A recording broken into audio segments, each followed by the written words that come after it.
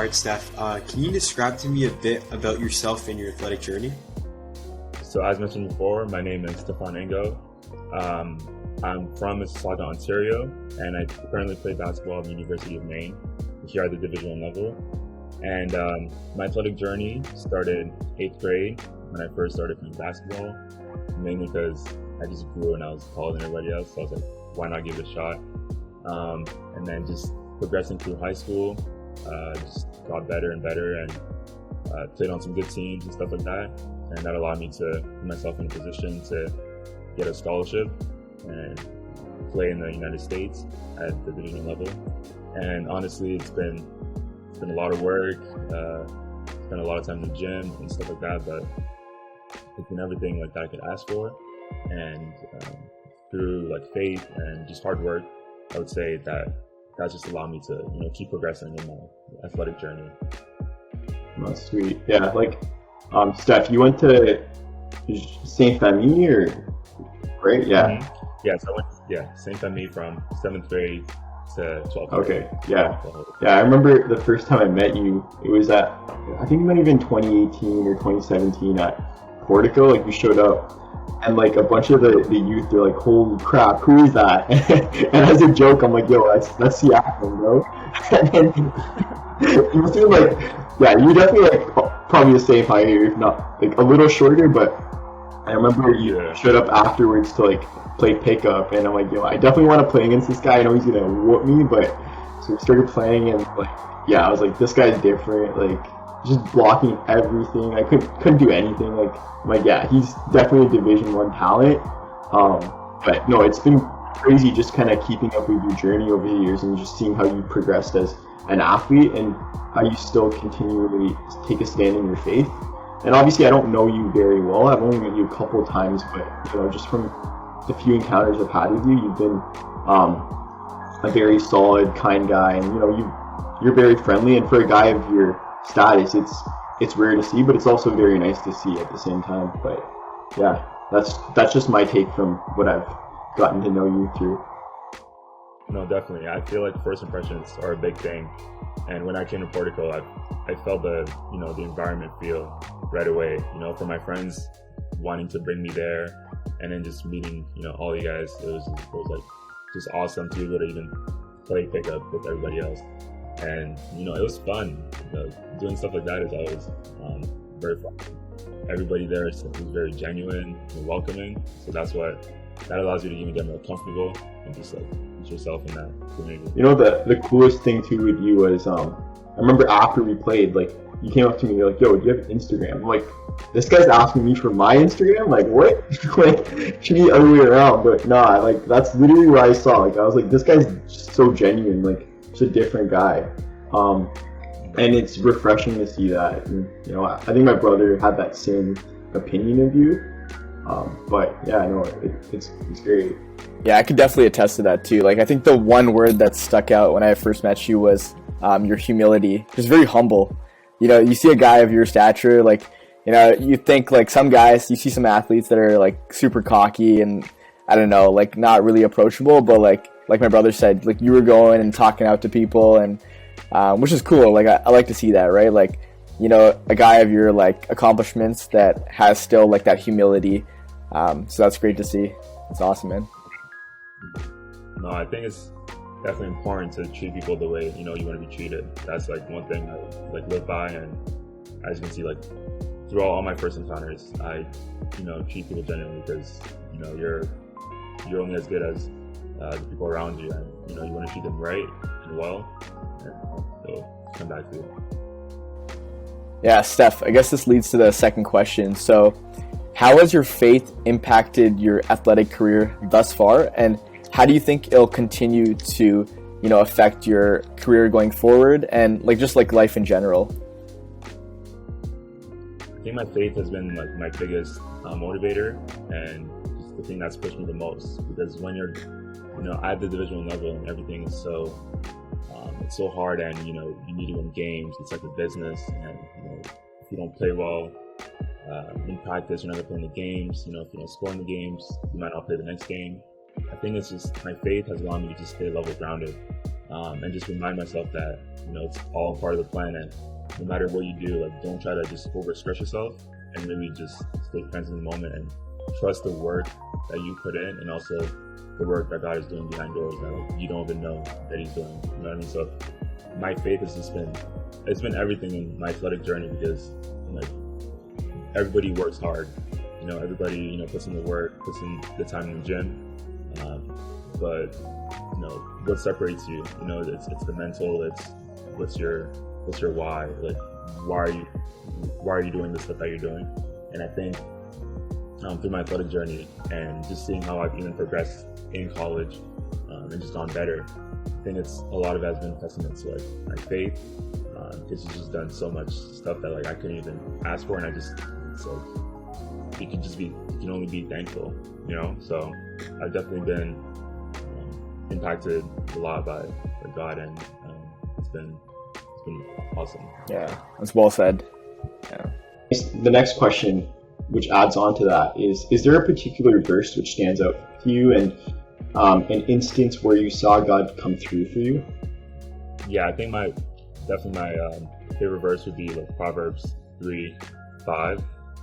Trust in the Lord with all your heart, and lean not onto your own understanding, and in all your ways acknowledge Him, and He will direct your paths. I think that verse just speaks volumes to me, and because I've really seen it happen that way. Because you may not know how it's going to happen or in what way it's going to be, but just trusting in Him just allows you, to have a peace of mind and also direction. I think the biggest thing is having direction, because people just don't really know, what to focus on, what priorities to have. So I think when you, put it in that perspective, it allows you to be focused on your goal, and just know that He's also working with you and for you. And then that's really helped me a lot, because I may not understand, like, why things are happening a certain way, or why I may go through this. That's going to help me overcome this later on. And if I didn't go through that before, I would have probably not been equipped to face this certain challenge, right? But in the moment, I'm just like, why is this happening to me? But then when you have that mindset, not leaning on your own understanding, it allows you to be, just content. And I like looking at it as, like, at peace. It's like, okay, like, God's got me, like, everything's gonna be good, no matter what you're going through the good and through the bad. Can't get too high, definitely can't get too low. So a lot of truth to what you're saying, and I think with that verse itself, like, it kind of gives you, like, peace that surpasses all understanding, like, knowing that God's there for you, God has a plan for you, God's directing everything. And definitely as an athlete, where it's very performance based, and there's so many variables that are out of your control, which can affect the outcome of your play or the outcome of your team's play.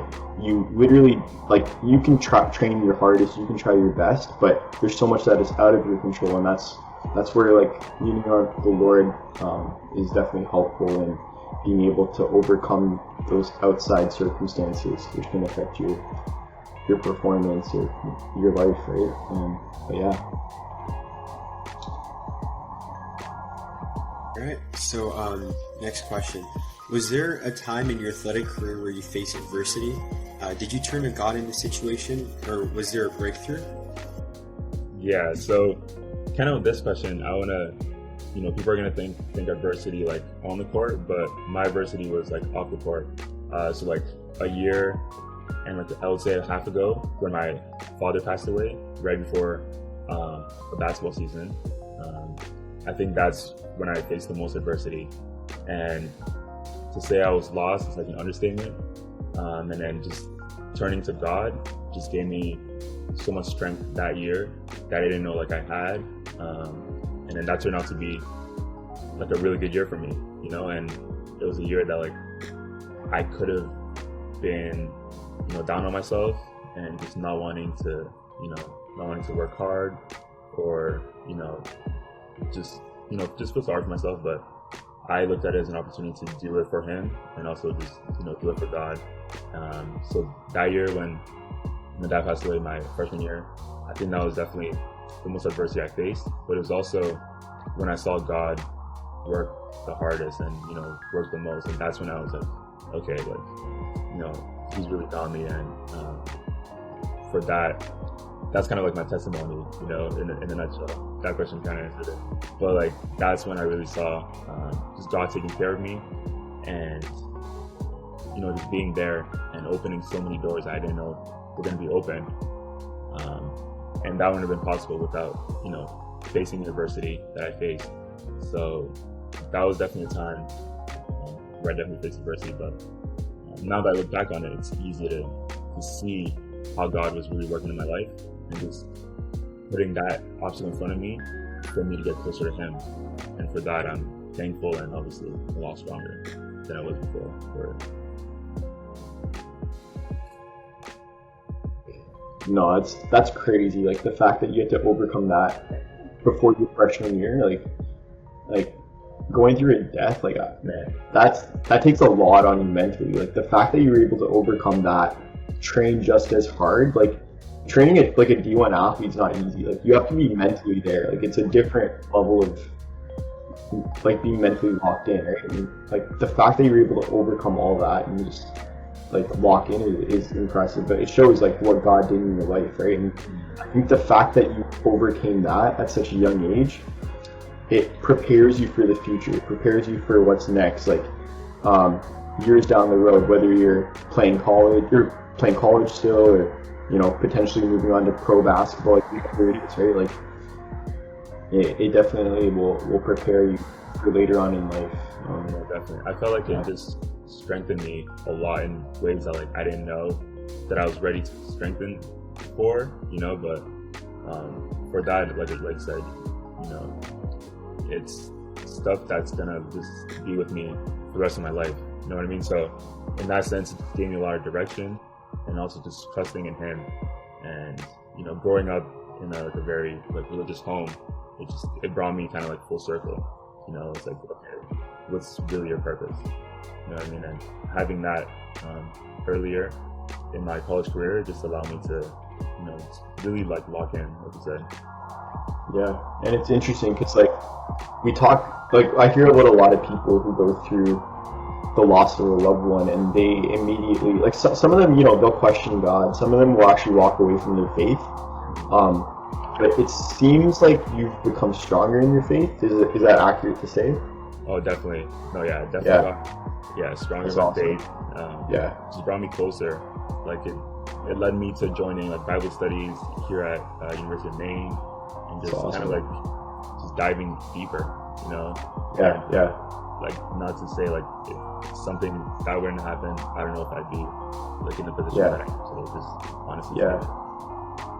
And for like, you know, the viewers, like Steph's not just like your average ball player. Like this guy, I'll read out his stats for him. Like he won't brag about his stats, but like this guy's averaged 10.6 points per game, 8.6 rebounds, like 1.3 assists, like almost 3 blocks per game. Like that, those are impressive numbers. Like, this guy's definitely got a future in basketball, and the fact that he's, you know, gone through so much and really relied on the Lord is such a powerful testimony in and of itself. But I feel like there's just so much more that God's going to do through your life, and man, I'm really excited to see what pans out in your story.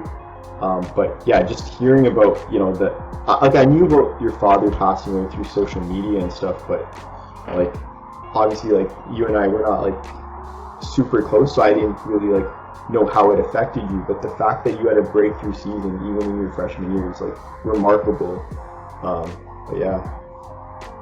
No, yeah, for me, I don't look at it as something that I don't want to like talk about. I think if anything, I want to talk about it, and you know, get people to kind of see my story and see that you know, no matter what the level of challenge that you go through, you know, just if you turn to God, like everything's going to be answered for you, you know. And like I think that's what allows me to just speak so freely about it, and I'll be, you know, kind of like reserved, because I know that if I can help the next person, I definitely will. And like that, I know that, you know, you can definitely help someone just by talking about your story. Also, just to add on that, like I remember you mentioning earlier in the interview how you said like it's not about like what you're playing for, but like more so like the why aspect. And this kind of ties into like your family life, right? And like the way that you're the why that you're playing, right? It's like honoring your father in a sense, right? And that's great to see that, right? And you know, I'm a firm believer in like, you know, your faith often grows in like unfamiliar places. And you know, even though it's like it can be like the hard times that it grows, but you know, there's often like there's that great benefits and like those great outlooks that you can take away from it, and you've truly done that, right? So you know, that's great to see, man. Yeah. I guess I'll move on to the last question. Yeah. Okay. So Steph, we're gonna throw it back a little bit. What is some advice that you would give yourself in high school after having graduated? I would say the biggest advice I would say would just be stay the course and just keep working. You know, like I think when you get to a higher level where people are almost everybody's better than you, and then if they're not better than you, they're right there with you, compared to like high school where you were just better than everybody else by default, right? I think I would just say just stay the course and just keep working, because you know, your work is gonna match up. The harder you work, you know, the better you're gonna be. So I would say just stay the course and don't get discouraged, right? Because when you go from that level to another level, it's easy to be like, oh, I just want to give up, you know. But why give up if you came from that far? You know, that's what I always think about, and that's the advice I would just give is, you know, just work hard and stay the course and just trust in your ability, because you're there for a reason. You know what I mean? Like, you wouldn't have gone there if you weren't meant to be there. So it's easy to just overlook yourself and think you don't really belong. But I would say just keep working, and don't be so lazy. Don't be so lazy, because, you know, like those extra days were just chilled and, you know, hung out with friends or stayed in your room. That could have got you even further ahead. But, you know, you can always, you know, working hard can never be something you overlook. Small things make the difference too, right? It goes a long way. It's good. And the little things, you know, add up. Yeah. And you know, with you, Steph, like you did very well academically in high school, but you've also excelled academically in college, and you've been on the all academic team for your conference, which is amazing. But one thing that I like to tell a lot of younger athletes is, like, you know, you may be great at your sport in high school, but really focus on your grades, because your grades are going to be what helps you get into a good school, right? And like, do you mind just touching a bit on that, like just the importance of like doing well academically and making sure that whole process is taken care of before your actual athletics? Yeah, no, you said it very perfectly. Like, if you don't take care of, you know, your business in the classroom, you won't even be able to play. You know, so like, no matter how good you are, if you don't do what you need to do in the classroom and, you know, study hard and just take care of your grades, anything you want to achieve athletically, it's going to be even harder. You know, there's going to be an extra hurdle. So I would say just taking care of the classroom and asking for help, you know, because everybody struggles in certain subjects. You know, like not everybody's going to be good at everything, right? So even asking, even if you want to go from a B to an A, you know, it doesn't have to be from a C to a B or a C to an A. If you want to go from a B to an A, it's get a little bit better. Like, don't be afraid to ask for help and reach out and really take care of your academics, because I know how easy my life has been just because I've, you know, studied hard and, you know, taken care of my schoolwork.